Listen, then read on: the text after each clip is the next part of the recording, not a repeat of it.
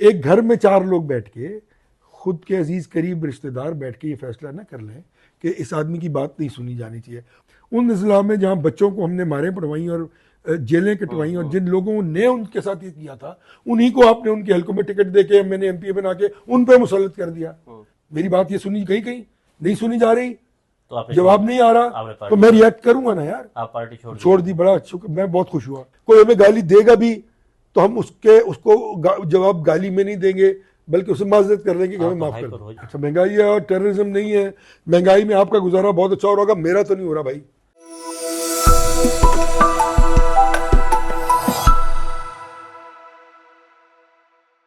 बिस्मिल्लाहिर्रहमानिर्रहीम। आज हमारे साथ अवाम पाकिस्तान पार्टी के फाउंडर मेंबर ज़हीम कादरी साहब हमारे साथ मौजूद हैं। इससे पहले ये पंजाब हुकूमत के तर्जमान भी रह चुके हैं, इंफॉर्मेशन मिनिस्टर भी रह चुके हैं नून लीग की हुकूमत में, जो 2013 में बनी थी और 18 में ख़त्म हुई। उधर खिदमात सर अंजाम देते रहे, बाद में इख्तलाफात के बाद नून लीग छोड़ दी और अब ये फाउंडर मेंबर हैं अवाम पाकिस्तान में पार्टी के। ज़हीम साहब क्या हाल चाल? अस्सलाम वालेकुम मजूर। ठीक है, मैं बहुत मशकूर हूँ आपका। क्या चल रहा है, कौन सी पार्टी, कैसे इस पार्टी में किसने बनाई? देखिए, फाउंडर मेंबर है ये आपको इल्म है कि मैं तो पिछले 7 बरस से 5 बरस से मैं क्विट कर गया था, बिल्कुल, क्योंकि मैं समझता हूँ कि इक़्तिदार के लिए किसी दूसरी पॉलिटिकल पार्टी में जाना, मैं बहुत मशकूर हूँ उन तमाम दोस्तों का जो बड़ी पॉलिटिकल पार्टीज़ में थे और टॉप लीडरशिप में से हैं, और उन्होंने बहुत मेहरबानी फरमाई कि मुझे इस काबिल समझा और बार बार दावत दी। लेकिन प्रॉब्लम रहा, मेरा कुछ सोच ये थी कि इक़्तिदार के लिए अगर आप अक़दार को कॉम्प्रोमाइज़ कर लें और अपने नज़रियात को तब्दील कर लें तो आप पॉलिटिकल वर्कर कहलाने के लायक नहीं रहते। हाँ, यकीनन आप सियासतदान तो हो सकते हैं, लेकिन पॉलिटिकल आइडियोलॉजिकल पॉलिटिकल वर्कर नहीं रहते। तो मैं 5 साल घर रहा, आपको इल्म है, 2018 में, उस वक्त भी मुझे PTI ने टिकट अनाउंस कर दिया था, आपको याद होगा, 2018 में। लेकिन मैंने माजरत की कि बहुत मेहरबानी आपकी, क्योंकि मैं ज़हनी तौर पे तकाबुल नहीं रखता था उस पॉलिटिकल पार्टी के साथ, तो इसलिए ज़रूरी समझा कि घर बैठा जाए। और फिर ये शाहिद साहब, मैं, मिफ्ता साहब और दीगर दोस्तों ने हमें काफ़ी मुशावरत की 1.5-2 साल, और तो सोच जो उभर के सामने आई उसमें ये बात तय थी कि हमने कोई नई सियासी, ये जो मुशावरत हो रही थी, क्योंकि शाहिद खान अब्बासी ने रिसेंटली अनाउंस किया, नहीं वो ये बात बिल्कुल दुरुस्त है, ये मुशावरत बहुत देर से हो रही थी। अच्छा, तकरीबन 1.5 साल से हो रही थी, और अनाउंस इसलिए नहीं कर पा रहे थे कि हम चाह नहीं रहे थे कि एक कन्वेंशनल पॉलिटिकल पार्टी बनाई जाए, हम भी वही काम करें जो सब कर रहे हैं, तो कुछ नया करके, क्योंकि हम ये समझते हैं कि इस मुल्क की जो सबसे बड़ी प्रॉब्लम है वो ये है कि इस मुल्क की जो पॉलिटिकल पार्टीज़ हैं, ना तो उनमें जमहूरियत है, ना उनमें ये कैलिबर है उनका कि वो इस मुल्क के डेमोक्रेटिक प्रोसेस को तकवीयत दे सके और आगे लेके जा सके। तो हमने तो फिर मक्खी पे मक्खी मारनी थी अगर हम वही काम कर लेते। तो कोई ऐसा एक फॉर्मूला तय किया कि इसको एक पॉलिटिकल पार्टी कहा नहीं जाएगा। हमने कहा कि एक ऐसा इदारा तश्कील दिया जाए, एक ऐसा सियासी इदारा तश्कील दिया जाए जो मेरा, शाहिद साहब का, मिफ्ता साहब का या किसी और आदमी का ना हो। वो एक ऐसा इदारा हो जिसमें हम भी एज कारकुन काम करें, और उसके बाद हम वहाँ से चले जाएं और नए लोग आएँ और वो उसको चलते रहें। लेकिन इदारे की जो जो जो कॉम्पोजिशन है, उसकी जो तामीर है, वो इतनी जो है वो ताकतवर हो कि उसको कोई तोड़ ना सके। तो उसके लिए काम किया गया, उन रमूज़ पे काम किया गया, उनको बहुत अरक्रेज़ी के साथ उन पर जो है हमने कोशिश की, और अल्लाह ताला ने करम किया कि हम एक ऐसा मुसवदा बनाने में तैयार हो गए कि हम ये कह सकते हैं कि आज ये कोई नई पॉलिटिकल पार्टी बनने नहीं जा रही, बल्कि ये एक ऐसा सियासी इदारा बनने जा रहा है। क्योंकि पॉलिटिकल पार्टीज़ तो आपको पता ना, बनती हैं या बनाई जाती हैं या बनवाई जाती हैं, और उनके लिए अरबों खरबों रुपया डाला जाता है। फिर अमूमन इलेक्शन से पहले बनाई जाती हैं, एक पॉलिटिकल पार्टी को तोड़ के, दूसरी को तोड़ के, तीसरी हमारा मतमा नज़र ये नहीं है। हम कुछ ऐसा नया करना चाहते हैं कि इस मुल्क के लोगों को ये एहसास हो कि ये एक ऐसा इदारा है जिसमें हम अगर जाएंगे, हम अगर उनका दिल करता तो, अगर वो समझते हैं कि ये बात दुरुस्त है, तो वो आएंगे। तो वो वहाँ आने के बाद 15-20 साल मेहनत करने के बाद इस इदारे के नंबर 1 तक पहुँच जाएंगे। उसका रास्ता कोई इसलिए नहीं रोकेगा कि वो किसी खानदान से नहीं है, वो इसका कोई रास्ता इसलिए नहीं रोकेगा वो कोई अरबपति खरबपति नहीं है, वो उसका रास्ता कोई इसलिए नहीं रोकेगा कि वो किसी का बेटा नहीं है। सो ये चीज़ें हमने बहुत जिसको कहते हैं कि बहुत बहुत मेहनत से इसका मुसवदा तैयार किया है और अल्लाह ताला हमें तौफीक दी है कि हम ये इदारा कायम करने में कामयाब हो गए। आप भी नून लीग से, मिफ्ता इस्माइल साहब भी नून लीग से थे, शाहिद खान अब्बासी साहब भी नून लीग से, वज़ीर आज़म बनाया, वज़ीर खजाना, आपको तर्जुमान पंजाब हुकूमत बनाया, और तीनों नून लीग की वजह से बने। देखिए मैं तर्जुमान पंजाब हुकूमत को इतना इंपॉर्टेंस नहीं देता, मैं तो सेक्रेटरी जनरल रहा पंजाब का, फिर सेक्रेटरी जनरल रहा ARD का। लेकिन प्रॉब्लम कहाँ था? प्रॉब्लम यहाँ होता है कि पॉलिटिकल वर्कर का ये एक जो ख्वाब होता है ना, वो ये होता है कि वो जो बात करे वो सुनी जाए, मानी बेशक ना जाए। देखिए माना जाना बात का किसी भी जमहूरी अमल में पिन्हा है इस बात के पीछे कि मेजॉरिटी उस बारे में क्या, उस बात के बारे में क्या सोच रही है। हाँ, अगर मैं एक सियासी कारकुन की हैसियत से कोई बात करूं और वो कहीं सुनी जाए, जमात में सुनी जाए, बेशक मेरे खिलाफ फैसला आ जाए, लेकिन वो खिलाफ फैसला मेजॉरिटी की बुनियाद पे है ना। तो एक घर में 4 लोग बैठ के, खुद के अजीज करीब रिश्तेदार बैठ के ये फैसला ना कर लें कि इस आदमी की बात नहीं सुनी जानी चाहिए। और फिर आप जिस आइडियोलॉजी को, हम तो आए ना जी जब जनरल मुशर्रफ साहब का दौर था 12 अक्टूबर के बाद, तो हम तो ये जिसको कहते हैं रोमांटिज्म में हम फंसे हुए थे कि हमने इस मुल्क में ट्रू डेमोक्रेसी लानी है। हमने मार्शल लॉ को कन्फ्रंट किया। मेरा ख़ानदान जो है वो, मेरे वालिद 2 मार्शल लॉ को कन्फ्रंट कर चुके थे, यानी कि मुस्लिम लीगी होते हुए उन्होंने ज़ियाउल हक की मार्शल लॉ को भी कन्फ्रंट किया था और जेलें काटी थी। अयूब खान की मार्शल लॉ कन्फ्रंट किया। मेरे दादा ने अंग्रेज़ की ताकत को कन्फ्रंट किया। तो ये चीज़ तो खून में थी। लेकिन शौक ये था कि इस मुल्क में भी शायद ये चीज़ बने, हम उसके लिए कोशिश करते। 10 साल की आपने देखा, जेलें 8-8 बार जेल गए, 8-8 महीने जेल रहे। तो किस लिए था? Rule of law, democratic norms और बेसिक पॉलिटिकल इंफ्रास्ट्रक्चर को सही खतूत पर इस्तेमाल करना। लेकिन आपने क्या किया, हमने क्या किया, मैं अपने आप को कसूरवार कहता हूँ कि हमने इस मुल्क में फौजी आमरीत को कमज़ोर करते करते इस मुल्क पर शख्सी आमरीतें मुसल्लत कर दी। और वो जब आई इस मुल्क में 2008-9 में, गालिबन 8 में, तो उन्होंने अपना एटीट्यूड आइडेंटिकल वो कर लिया जो आमिर है पार्टी के अंदर। नहीं, आमिर नहीं है। आमिर तो ऑब्वियसली इक़्तिदार पे कब्जा करने वाले होते हैं, लेकिन एटीट्यूड जो है वो बहुत, वो आमरीत वाले, बहुत आमरीत वाले। डेमोक्रेसी से उसका कोई ताल्लुक नहीं। नवाज शरीफ का, शहबाज शरीफ का दूर देखिए ना, बात यह है कि ताल्लुक तो तब होना कि आप उन लोगों को, उनको पजीरा ही दें जो आपके लिए लड़ते रहे 10 साल। आपने तुम तमाम लोगों को पीछे कर दिया। काफ लीग से आपने 38 लोग ले लिए। उन अजला में जहाँ बच्चों को हमने मारे पड़वाई और जेलें कटवाई, और जिन लोगों ने उनके साथ ये किया था, उन्हीं को आपने उनके हल्कों में टिकट दे के, मैंने MP बना के उन पर मुसल्लत कर दिया। ये अमरीत नहीं तो क्या है? ये कहाँ की जमहूरियत है? तो आप तो कहते थे कि नवाज, शहबाज शरीफ, सुबह पंजाब तेरे बाप का नहीं है, हमजा लाहौर तेरे बाप का नहीं है। तो वो तो पंजाब में उन्होंने 160 के करीब सीटें ले ली थी। आप हार गए। वो नहीं, कब ली थी उन्होंने? 2018 में। हाँ, किस तरह ली थी? 2018 में तो वो एंटी एस्टेब्लिशमेंट इलेक्शन लड़ रहे थे। 2018 में एंटी एस्टेब्लिशमेंट इलेक्शन लड़ रहे थे? लाहौल वाला को होता है भाई, क्या हो गया आपको? 2018 भाईजान वो आए किस तरह थे? उनको तो लाई वापस एस्टेब्लिशमेंट थी, मैं तो नहीं लाया था। वो तो आए इस तरह थे ना। वहां से हमें चीजें खुलनी शुरू हो गई, नजर आना शुरू हो गया। हमें पीछे कर दिया गया कि तुम्हारी जो है वो शक्लें पसंद नहीं है एस्टेब्लिशमेंट को। अच्छा, और तमाम वो लोग, मैं नाम नहीं लेना चाहता, कुछ स्पीकर हैं, कुछ बड़े बड़े लोग हैं, वो किसके टाउट हैं? मलिक अहमद खान टाउट है? नहीं, मलिक अहमद खान का नाम मैंने नहीं लिया यार। वही है ना। नहीं, मैं तो स्पीकर मरकज की, कई स्पीकर है ना। नाम मैं कोई नहीं ले रहा हूँ। मैं तो कहा कुछ स्पीकर हैं, कुछ मिनिस्टर्स हैं, वो किसके ताल्लुकात हैं उनके, कहाँ से वो आए, कौन लोग हैं? पार्टी के हैं, नून लीग। कब आए पार्टी में? जब कब? नवाज शरीफ। नहीं यार, इस तरह ना करें ना, आप तारीख दान आदमी है, सहाफी है। आपने पीपल्स पार्टी 97 से मलिक अहमद खान साहब मेरे भाई हैं। वो काफ लीग से है। काफ लीग कौन थी? वो तो ज़ाहिर पर मुशर्रफ क्या कर रही थी नून लीग वालों के साथ? ठीक है, वो अब ये ठीक है, अगर आप ये कहते हैं ठीक है, तो मैं भी तस्लीम, मैं उनकी बात नहीं यार। देखिए, मैं किसी की जात की बात नहीं कर रहा हूँ, मैं जात की बात कर ही नहीं रहा। ये क्रॉस द बोर्ड हुआ ना कि वो लोग जो कभी थे ही नहीं पार्टी में, वो आए, उन्होंने को ना सिर्फ कब्जा दिया गया, बल्कि उनको तमाम तर की ओहदे भी दिए गए और उनको अपने सिर का ताज बना लिया गया, क्योंकि उनके ताल्लुकात थे इस्टेब्लिशमेंट के साथ और वो इस्टेब्लिशमेंट के गो बिटवीन्स जो कहते हैं ना बीच में ताल्लुकात को मजीद मुस्तहकम करने वाले लोग, वो उन लोगों का इस्तेमाल शुरू हो गया। और हम जैसे लोग जो लड़ रहे थे, जो सड़कों पे मार खा रहे थे, कौन क्या जो मुझे कह सकता है कि मेरे जितनी किसी ने लड़ाई लड़ी है 10 साल में? कोई एक नाम बता दें आप मुझे। ठीक है, आपने लड़ाई लड़ी? नहीं, मेरे से ज्यादा लड़ी किसी ने, ये भी बता दें आप। ख्वाजा साद रफीक बिल्कुल लड़ी, मेरा वो बिल्कुल उस्ताद है, उसने लड़ी, लेकिन किधर है साद रफीक?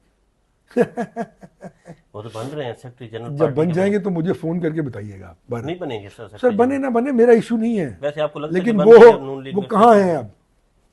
वो अब तो इलेक्शन हार गए हैं, जहरी बात है। वो देखे ना, तो बाकी जीत गए, वो तो नहीं माना ना, उसने कह दिया मैं नहीं जीतता हूँ भाई, मुझे मत जिताओ इस तरह। तो अगर किसी ने इस तरह कह दिया तो बड़ा आदमी है ना, उसकी तारीफ करें।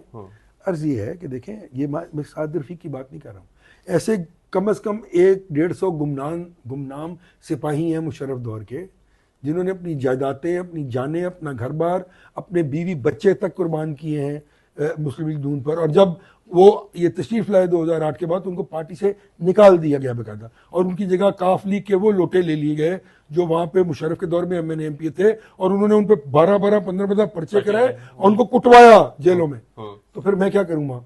मेरी बात ये सुनी गई, कहीं नहीं सुनी जा रही, तो जवाब नहीं आ रहा, तो मैं रिएक्ट करूंगा ना यार। आप पार्टी छोड़ दी, बड़ा मैं बहुत खुश हुआ। तो बाकी गुमनाम कब छोड़ रहे हैं जिनके आपने अभी नाम? मेरा इशू नहीं है, मैं तो किसी को कहता ही नहीं। पार्टियां तभी बनती हैं जब आप लोग इस तरह के लोग सामने लेके आते हैं, एक बड़ा जलसा करेंगे। आप लोग जलसा भी करेंगे? नहीं, हम बिल्कुल, हमारा ये देखे ना, जब मैंने आपको अर्ज किया कि हमने एक नया इदारा कायम किया है, हमने वो टिपिकल, ना तो पॉलिटिशियंस चाहिए जो नजरिया तब्दील करते हैं, हमें ना तो आपको चौधरी निसार चाहिए, ना ख्वाजा साद रफीक चाहिए, ना एहसन इकबाल चाहिए, कोई ऐसे आपको नामवर लोग नहीं चाहिए?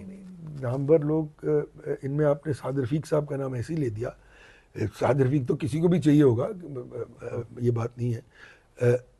बाकी लोग जो बाकी जो लोग हैं, देखें अर्ज ये है, देखें बाकी बात ये है कि जो लोग बहुत नीट क्लीन लोग हैं, और हमारी कोशिश है कि हम उन लोगों को आगे लेके आएँ जो सियासी, जिसको कहते हैं ना वो जो इस्तेकाम चाहते हैं या सियासी, हम कि वो सियासी बंजारे ना हो, ठीक है, और वो सियासत में इसलिए ना आए कि वो इक़्तिदार, क्योंकि हम इक़्तिदार की सियासत करना चाहते हैं, इक़्तिदार की पॉलिटिक्स नहीं करेंगे, नहीं होगी, क्या होगा? हम नहीं जीत सकेंगे। हमने पढ़े लिखे लोगों को लाना है, अच्छे नेक नाम लोगों को लाना है, नई क़यादतें डेवलप करनी है इस मुल्क में, कि वो इस मुल्क के लोगों को ये कन्विंस कर सके कि भाई हमने कभी कोई दो नंबरी नहीं की, हम चोर और डकैत नहीं, हम डिलीवर करेंगे टू द एंड। ये तो जवाद अहमद जो सिंगर, उन्होंने भी इसी तरह का स्लोगन बनाया हुआ है, वो भी यही बड़ा अच्छा स्लोगन है, और बड़े पढ़े लिखे, बहुत बड़े वालिद के बेटे हैं वो। उनके वालिद हमारे प्रोफेसर थे गवर्नमेंट कॉलेज में, खुद बहुत पढ़े लिखे आदमी है।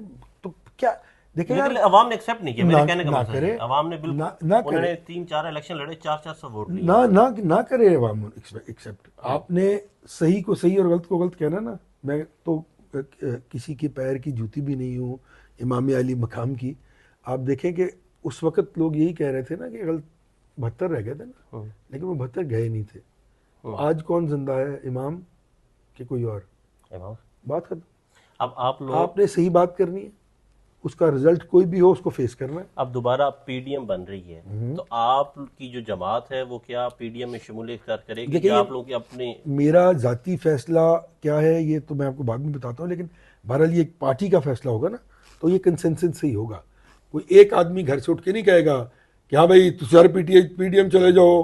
मतलब देखिए ना, करते हैं ना यहाँ यही सियासत, यही सी बात की कि कायद ने फैसला कर दिया तो उधर चले जाओ, वो चेयरमैन ने फैसला कर दिया तो इधर चले जाओ। यार ये अभी मुशावरत आप लोग की नहीं हुई? नहीं, मुशावरत बिल्कुल नहीं हुई अभी इस टॉपिक पे, लेकिन ऑब्वियसली हमने लोगों से बात भी करनी है, हमने लोगों को इन्वॉल्व भी करना है, और हम चाहते हैं, हम तो हर एक से बात करने के लिए तैयार हैं। अपोजिशन में तो सारे जा रहे हैं, जितने भी अपोजिशन के लोग हैं। नहीं, हम भी मेरी ये राय कि हमें जाना चाहिए, हम उनसे बात करेंगे। हम तो चाहते हैं कि नेशनल कंसेंसस के लिए हर एक से बात की जाए, और उस बात के नतीजे में एक ऐसा हल तैयार किया जाए जो अक्रॉस द बोर्ड लोगों को काबिल कबूल हो। तो कब तक आपको लग रही है गवर्नमेंट खत्म हो जाएगी, नया इलेक्शन का ऐलान हो जाएगा? मेरे ख्याल में गवर्नमेंट तो इस वक्त मौजूद नहीं है। अगर किसी को लग रहा है कि कहीं कोई गवर्नमेंट मौजूद है,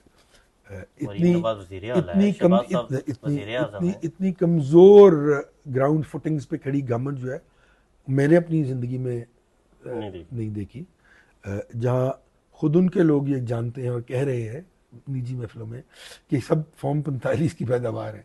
आपको इल्म नहीं है इस बात का? कौन है जो ये कह रहा है कि हाँ मैं जीता हूँ? एक आदमी साबित कर दे, आप जाएं, अब अदालतों में जा रहे हैं, कमीशन ट्रिब्यूनल बने, वो साबित कर दें, सब कर देंगे ना, जो भी फैसला होगा लोग मान लीजिएगा। किसी के पास फॉर्म 45 है नहीं भाई। मतलब किसी बंदे नवाज शरीफ N130 से जीते, दे दे, वो उनको मांगे हुए उन्होंने। आपको लगता है कि N130 से नवाज शरीफ? मैं कोई फैसला दे ही नहीं सकता। मैं तो उसी हल्के का रहने वाला हूँ, मेरा घर वहाँ है लॉरेंस रोड पे, लेकिन मुझे नहीं इल्म वोट क्या पड़ा क्या नहीं पड़ा, लेकिन फैसला हो जाएगा ना। तो दे दें वहाँ फॉर्म 47-45। अगर आप फॉर्म 45 देंगे तो फॉर्म 47 विंडिकेट हो जाएगा ना, पता लग जाएगा ये दुरुस्त है। शाह जी, अब जो लोग हैं वो एग्रेसिव पॉलिटिक्स पसंद करते हैं। हाँ। पंजाब के अंदर खुसूसन, तो आपकी जमात तो अभी ठंडे मिजाज की लग रही है। हाँ नहीं, हम तो जनाब देखें, हम तो एग्रेसिव पॉलिटिक्स नहीं करेंगे, हम करना नहीं चाहते, हमारा असूल नहीं। हम सियासत को की पोलराइजेशन को कम करेंगे, इस गाली गलोच को, इस लड़ाई झगड़े को, एक दूसरे पर इल्ज़ामात की पॉलिटिक्स को, एक दूसरे को आइडियोलॉजिकली कन्फ्रंट करेंगे। आपके डिलीवरेंस जो है हुकूमत चलाने की, अब आप देखें ये बजट आया, एक पॉलिटिकल पार्टी है जिसने बजट पे गुफ्तगू की है, हर रोज़ हर इशू पे बजट के पे हर एक जो शिक है बजट की उस पर शाहिद साहब ने और मिफ्ता साहब ने डिस्कशन किया है। कोई एक पॉलिटिकल पार्टी बता दें जिसने इस तरह तो आप लोग आईनी अपने एक पढ़े लिखे तरीके से कन्फ्रंट किया हो। पार्लियामेंट के अंदर नहीं है ना, यार पार्लियामेंट में ना होना इसका ये मतलब तो कई लोग कर चुके हैं इसके बारे में। नहीं, किसी ने शिक बाय शिक जाके उसको कन्फ्रंट नहीं किया। लोगों ने कहा है कि जी ये फॉर्म 45 की हुकूमत है जी, हम इनका बजट नहीं मानते। पॉलिटिकली लोगों ने कन्फ्रंट किया है, लेकिन जो इस कौम की ज़रूरत है उस तरह किसी ने कन्फ्रंट नहीं किया। हम वाहिद जमात है जिसने टेक्निकली ऑन टेक्निकल ग्राउंड्स कहा कि ये गलत किया है, इसको इस तरह करोगे तो इसके ये डेरिवेटिव्स और ये फवायद आएंगे, ये कर लो बेहतर हो जाएगा। आखिरी सवाल शाह जी, शाहिद का खान अब्बासी वज़ीर आज़म नवाज शरीफ बनाया, वो क्यों छोड़ गया? वजह क्या बनी उनकी छोड़ने की? वजह क्या? बात सुनी नहीं जा रही थी। मरियम की वजह से छोड़ गया? मरियम नहीं, देखिए किसी की मरियम मेरी छोटी बहन है, चीफ ऑर्गेनाइजर बना दिया। मेरी छोटी बहन है, ये इशू नहीं था मेरे ख्याल में। शायद नो मानता को नवाज शरीफ नहीं सुनते थे उनकी, नहीं उनके शहबाज साहब नहीं सुनते थे। देखे ना, सुन्नी तो अब यही तो बात है कि अब एक पार्टी में एक आदमी फैसला करने वाला है। अब किस किस को जाके सुनाए बंदा? उसके अपने नज़दीक लोग हैं, वो उनकी सुन रहा है, वो उनकी सुन रहा है। अंदर भी तो घर में माशाल्लाह बहुत फ्रिक्शन है ना। अच्छा, तो अब किस किस की जाके बंदा बूट पॉलिश करे यार? अच्छा, तो नहीं होते ना, लोगों से नहीं हुए थे, हमसे हम छोड़ गए थे। यही हाल शायद का होगा, बेचारे का नहीं कर सका होगा ये सब कुछ। जगह यार मैं ऑब्वियसली आइडेंटिकल सिचुएशन। देखिए आप ये बातें करने वाली यार, कोई PhD डॉक्टर है वो फाइनेंस इकोनॉमिक्स का, उसको आपने सिर्फ इसलिए निकलवा दिया कि आपने बनना था। तो फिर अगर घर में रखना है सब कुछ तो फिर यार फिर हम कहेंगे ना, हम नहीं कह रहे, हमने नहीं कहना, लोग कह रहे हैं कि ये प्राइवेट लिमिटेड कंपनी है। अच्छा, कब जलसा कब कर रहे हैं लाहौर के अंदर या पंजाब के पूरा? सर हमें अभी कोई जल्दी नहीं है, अभी कोई सपोर्ट तो आवाम को दिखाएंगे, दिखा रहे हैं हम पब्लिक सपोर्ट। पहले आवाम हमारे साथ आ तो जाए सारी भाई, जब हमारे साथ आवाम आ जाएगी तो हम सपोर्ट दिखाएंगे। हम उन पढ़े लिखे लोगों के साथ बैठ के अभी तो रमूज और वो नोक पलक दुरुस्त कर रहे हैं अपने विजन डॉक्यूमेंट की और चीज़ों की, कि हमने आवाम को देना क्या है यार। मैं चला जाऊँ लोगों के पास, हमारे साथ आ जाए। हमारी ना तो मैं हीरो हूँ भाई, ना मैं क्रिकेटर हूँ, ना मैं किसी का लाया हुआ हूँ कि मुझे फाइनेंस मिनिस्टर बना दिया है अब इसके पीछे लग जाओ सारे, ज़बरदस्ती लगा दिया जाए। ना ही मैं किसी अपना फॉरेन मिनिस्टर हूँ जिस तरह जेडे साहब थे अयूब खान के और मेरे पीछे लगा। मैं तो ये कर ही नहीं रहा ना। मैंने तो तभी ये कहा ना कि ये पॉलिटिकल पार्टी नहीं है, ये एक पॉलिटिकल इंस्टीट्यूशन है। वैसे तो आप कह रहे हैं हम बंजारे जो है नहीं चाहते। जी नहीं, और ना ही हैं, ना ही बनेंगे। तो बंजारे आप लोग लेंगे तो जरूर, जिस दिन लेंगे ना, जिस दिन लेंगे, लेना देखें किसी को और बात होती है। तो बंजारे यही होते हैं, हेल्म ऑफ द अफेयर्स पे जो लोग होंगे ना, फर्स्ट ईयर सेकंड ईयर, वो आपको इंशाल्लाह ताला वो लोग नजर आएंगे जो अमूमी तौर पे तो आपने कभी आपकी इंटरेक्शन नहीं होगी, और जो होंगे उनको आप खुद ही कहेंगे कि ये बेहतरीन लोग हैं। शाह जी, आखिरी सवाल है आपसे, इस तरह की जैसे आपकी जमात बनी, इलेक्शन से पहले इस्तेकाम पार्टी बनी, परवेज खटक ने PTI पार्लियामेंटेरियन बनाई, वो इलेक्शन के बाद खत्म हो गया। वो तो इलेक्शन, अब तो इलेक्शन नहीं हो रहा है। वो मैं बात कर रहा हूं, इलेक्शन की जमात में बड़े बड़े लोग हैं, हम तो इलेक्शन में इंटरेस्टेड नहीं है ना, हम तो अभी इलेक्शन हो नहीं रहा। इलेक्शन हो रहा होता तो आप भी हमें ये कह देते और वो तो पीटीआई को तोड़ने के लिए एक जमात बनाई गई थी, और वो लोग जो समझ रहे थे कि इमरान खान साहब भी किसी की बात नहीं सुनते औरों की तरह, वो उन्होंने अपनी एक उनको समझाया। ये नून लीग तोड़ने के लिए तो नहीं ये जमात नहीं, अगर नून लीग तोड़ने के लिए होती तो अभी तक तोड़ ली होती ना हमने यार। हम्म। हमने तो एमक्यूएम के लोग हैं, पीटीआई के लोग हैं, इंटीरियर सिंध से जो लोग हैं, सुमरो साहब वगैरह, वो सिंध कॉम्प्रेस पॉलिटिकल पार्टीज के लोग हैं जो हमारे साथ आए। अच्छा। एमक्यूएम के लोग आए हैं, पीटीआई के लोग आए, पीपल्स पार्टी से लोग आए। सो हमारा तो कोई ऐसा कॉन्सेप्ट नहीं, और हम नहीं तोड़ना चाहते किसी पॉलिटिकल पार्टी को, हम नहीं लड़ना चाहते किसी के साथ गलत बयानी या झूठ की बेसिस पे। हम इस पोलराइजेशन को, हम कभी किसी को गाली नहीं देंगे सर। कोई हमें गाली देगा भी तो हम उसको जवाब गाली में नहीं देंगे, बल्कि उसे माजरत कर लेंगे कि हमें माफ कर दो। हो जाते होते हैं। नहीं, कभी भी नहीं हुआ। मैं, आप मुझे बता दें कि मैंने आज तक कभी किसी को टीवी पे गाली दी हो? हाइपर हो जाते हैं। नहीं, हाइपर इसलिए होता हूँ कि मैं अपनी बात को कन्विक्शन के साथ कर रहा होता हूँ। मेरे पास जो मैं बात कर रहा होता हूँ, मेरे पास आर्गुमेंट्स होते हैं उस बात के लिए ना। तो जब आपकी आर्गुमेंट कोई ना सुन रहा हो तो फिर आप यही करते हैं जो आपने 2018 में मैंने अपनी 30 साल की पॉलिटिकल जो थी वेटेज उसको खत्म कर दिया था। ये नहीं हम करेंगे, हम किसी को गाली नहीं देंगे, किसी को बुरा नहीं कहेंगे। हाँ, जो भी काम वो करेंगे अगर वो हमारी आइडियोलॉजी के मुताबिक होगा उसको सपोर्ट करेंगे, अगर वो हमारी आइडियोलॉजी के खिलाफ हो। क्योंकि देखिए, ये पॉलिटिकल पोलराइजेशन जो है ना, उसने इस मुल्क के बेसिक पॉलिटिकल इंफ्रास्ट्रक्चर को डिस्ट्रॉय कर दिया, तबाह हो गया वो। जब तक इस मुल्क का बेसिक पॉलिटिकल इंफ्रास्ट्रक्चर रिस्टोर नहीं होगा, इस मुल्क में ना तो जमहूरियत कामयाब हो सकती है, ना इस मुल्क के निज़ाम को आगे लेके जाएगा। कोई इमरजेंसी, कोई निगरान सेटअप को आपको ये बनता मुस्तकबिल में नजर आ रहा है अनकरीब? मेरे ख्याल में इस वक्त ये बात तय है कि पीडीएम 1 हो या पीडीएम 2, इमरान खान साहब हो या कोई और, ये तमाम लोग पिछले 6-7 साल में ओवर एक्सपोज हो गए vis a vis their deliverance. they've been a failure vis-a-vis their deliverance to the people of Pakistan. तो अगर ये सब नाकाम हो गए भाई, तो इनको बस कर दें अब यार। क्यों लाके बिठा देता कोई किसी को? इमरजेंसी लगा दें। नहीं, मुझे नहीं पता है इमरजेंसी लगाएं या कुछ करें, कुछ भी करें, ये लोग निजाम नहीं चला सकते। करें वो, देखिए रियासत, हाँ मैं बता, इस्टेब्लिशमेंट को आप, एक तो हमारे यहाँ बड़ी ये बड़ा जरूरी है, इंपॉर्टेंट एस्पेक्ट बता लूँ आप। इस मुल्क में एक फैशन बन गया है कि जब आपसे कुछ ना बन सके, आप as a political party fail हो जाएं और आप डिलीवर ना कर पाए, तो आप इस्टेब्लिशमेंट को गालियां देनी शुरू कर देंगे कि हमें उन्होंने काम नहीं करने दिया और अब उन्होंने हमें निकाल दिया। इस्टेब्लिशमेंट होती किस लिए है? होती क्यों है? गवर्नमेंट के, वो तो रियासत होती है। रियासत होती है। तो रियासत का क्या कम होता है कि अगर कोई आदमी मुल्क को तबाही और बर्बादी की तरफ लेके जा रहा है तो साथ रोके। बॉर्डर वाली नहीं, बिल्कुल बॉर्डर वाली, बिल्कुल गलत कह रहे हैं आप। सिर्फ बॉर्डर नहीं है, आज की इस डेवलप्ड दुनिया में, अच्छा टेररिज्म है हमारे मुल्क में, क्या ये इस मुल्क का, मतलब यही चीजें देखने क्या इस मुल्क का सबसे बड़ा प्रॉब्लम है? तो सबसे बड़ा प्रॉब्लम है टेररिज्म को कन्फ्रंट करने की ताकत क्या इस मुल्क के सिविलियन इदारों के पास है? जहरी बात नहीं, हाँ सुन, नहीं है ना। तो जब उन्होंने टेररिज्म को एड्रेस करना है तो उनको दो चीजें बहुत जरूरी साथ चाहिए, एक फाइनेंस और एक फॉरेन पॉलिसी। अगर फॉरेन पॉलिसी आपकी दुरुस्त नहीं होगी तो आप टेररिज्म को किस तरह कन्फ्रंट करेंगे? आपकी जमात आएगी तो एस्टेब्लिशमेंट के मुताबिक फॉरेन पॉलिसी बनाएगी? जी नहीं, एस्टेब्लिशमेंट के मुताबिक दिफा का बजट बनाएगी। हमने अपनी पॉलिसी दे दी, हम इस पे हर एक से डिस्कस करेंगे। अगर अल्लाह ताला ने हमें तौफीक अता की और हम हुकूमत में आ गए तो हम एस्टेब्लिशमेंट के साथ बाकायदा डिस्कशन करेंगे, उनको कन्विंस करेंगे कि ये पॉलिसी दुरुस्त है, आप इस पे काम कीजिए। और अगर वो हमें हमसे ज्यादा स्ट्रॉन्ग आर्गूमेंट्स दे देंगे तो हम उनके आर्गूमेंट्स को कबूल करेंगे, क्योंकि हम उनके जरिए इक्तदार में नहीं आए होंगे। ये वो लोग करते हैं हर चीज जो है वो, जो हमने किसी की बैसाखियों पे इक्तदार में नहीं आना, ये भी हमारा जरिए असूल है, हमारे जो विजन डॉक्यूमेंट है। क्योंकि जब आप इस तरह से आए होते हैं तो फिर एक तो आपको कॉन्फिडेंस नहीं होता, दूसरी आपको आवाम की ताईद हासिल नहीं होती अपने कामों में। आप जो डिलीवर करना चाह रहे हो तो उसके लिए आप जो पॉलिसीज बनाते हैं, उन पॉलिसीज का रिस्पॉन्स आवाम नहीं देती है आपको, क्योंकि वो आपके साथ नहीं होते। अब क्या हो रहा है इस वक्त? महंगाई है और तो कुछ नहीं है। अच्छा, महंगाई है और टेररिज्म नहीं है। महंगाई में आपका गुजारा बहुत अच्छा हो रहा होगा, मेरा तो नहीं हो रहा भाई। महंगाई, टेररिज्म, ये तो बड़े अरसे से चल रही है। नहीं, आज उसका क्वांटम देखे ना, क्या डॉलर का भाव था 79 में मैं लंदन गया था, पढ़ने। तो ये तो नवाज शरीफ सुन कह ले, रहे हैं। जी। नवाज शरीफ कह रहा है तो वो बताए ना 40 साल से इक़्तिदार में क्या किया उसने। पहले 2018 में तो 62-70 पे छोड़ के गया था, मतलब 100 रुपए, 100 कितना था? 100 का था डॉलर पाकिस्तान में 200 2000 2018 में।